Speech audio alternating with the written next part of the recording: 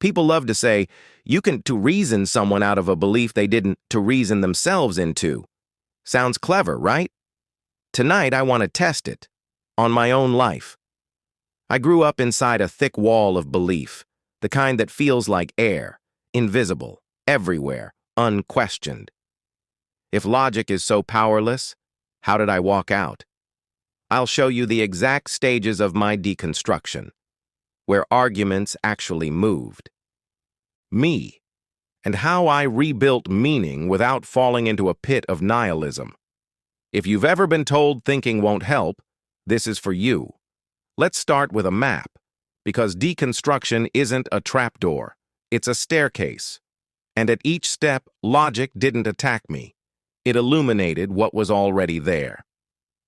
Stage 1, immersion without examination. I didn't decide my first worldview. I inherited it. Church schedules shaped the week, stories shaped identity, and certainty felt like safety. I was taught it was all reasonable, and if you'd asked me back then, I'd have said, of course I've considered the evidence. But looking back, I hadn't compared worldviews, read opposing texts, or stepped outside my culture. I had answers before I had questions. Faith felt superior to understanding. Doubt felt like betrayal. In a world like that, logic isn't just absent, it's unnecessary. Stage 2, hairline cracks, the first contradiction. Deconstruction often begins with something tiny. Meeting a kind, honest outsider you were told would be immoral, or catching a basic inconsistency you can't unsee. The moment I noticed conflicts, two versions of the same event, rules that cancel each other, history that didn't line up, logic didn't win. It simply whispered, if A and not A both claim to be absolutely true, something's off. That whisper matters. It's not a conversion, it's curiosity with teeth. Stage 3, history enters the room. Once you allow something's off, the door opens to method. I learned that texts have authors, contexts, sources, revisions. I discovered how ideas travel across cultures, how myths echo each other, how stories evolve to serve communities. Suddenly, the miraculous uniqueness of my tradition had a family resemblance to others.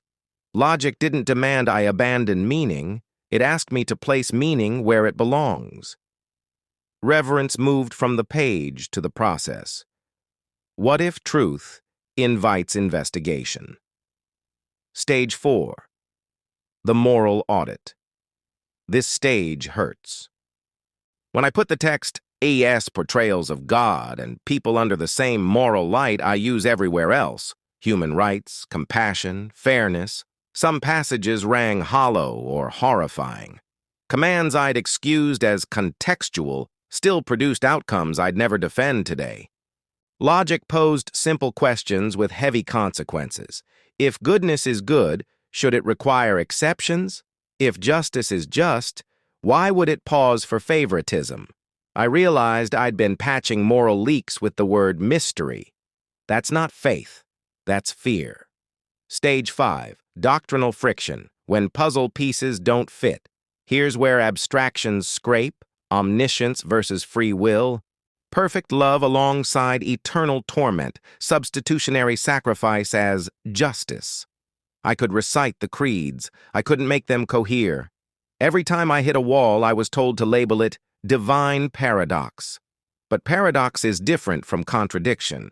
Logic didn't prove a worldview false, it proved my explanations circular. That distinction matters. Stage 6, cognitive dissonance and the psychology of belief. Then I learned how minds work. Mine included. Pattern-hungry, tribe-seeking, certainty craving. I saw how prayer hits matched probability, how group emotion feels like the sacred, how visions track expectations. I don't say this to mock experience. I say it because reframing experience broke a spell. I felt it, stopped being the trump card. Logic didn't drain meaning, it filtered it. Suddenly, I could separate what comforted me from what convinced me. Stage 7, the existential shiver. This is where many stop, because the questions get personal. If there's no divine plan etched under everything, what holds life together? If my tradition isn't exclusively true, what anchors morality? Will love still mean anything? Will death become unbearable? I won't minimize it. This stage is real grief. You're not just losing a map, you're losing a vocabulary for hope. But here's the turn. Logic is not just a blade, it's also a bridge. It doesn't only cut illusions, it connects realities you already live by. Stage 8. Reconstruction. Building without pretending. I rebuilt with tools hiding in plain sight. Naturalism. The world functions without appealing to the supernatural. That's not a resignation. It's an invitation to understand causes clearly and act effectively. Humanism. Morality survives because empathy, reciprocity, and flourishing matter. We can justify values by their consequences in human lives, not by threats from beyond. Curiosity. Inquiry becomes a form of reverence toward reality, toward each other, toward what's true, whether or not we want it to be. Meaning, it doesn't evaporate when we stop outsourcing it. It sharpens. Meaning arises from commitments, to people, to projects, to truth-telling, to beauty, to justice. And here's the quiet victory no slogan anticipates. Logic didn't make life colder. It made love more astonishing. Without cosmic guarantees, every act of kindness is chosen. Without promises of cosmic correction, justice becomes our responsibility. Without borrowed certainty, courage becomes visible. So, was the quote wrong? Not entirely. If someone's shielded from exposure, if questions are punished and alternatives are demonized, reason rarely gets a hearing. But when curiosity cracks the door, clear arguments matter. Gentle ones, patient ones, specific ones. I'm living proof. I didn't reason myself into belief, but I did reason myself out of pretending, and into a life that can look truth in the eye without blinking. If this map helped, pass it on to someone staring at their first crack. Drop a comment with the stage you're in, or the one that surprised you most. I'm building a library for both sides of the journey, deconstruction and reconstruction. If you want more tools, more history, more psychology, more courage, subscribe, hit the bell, and stick around.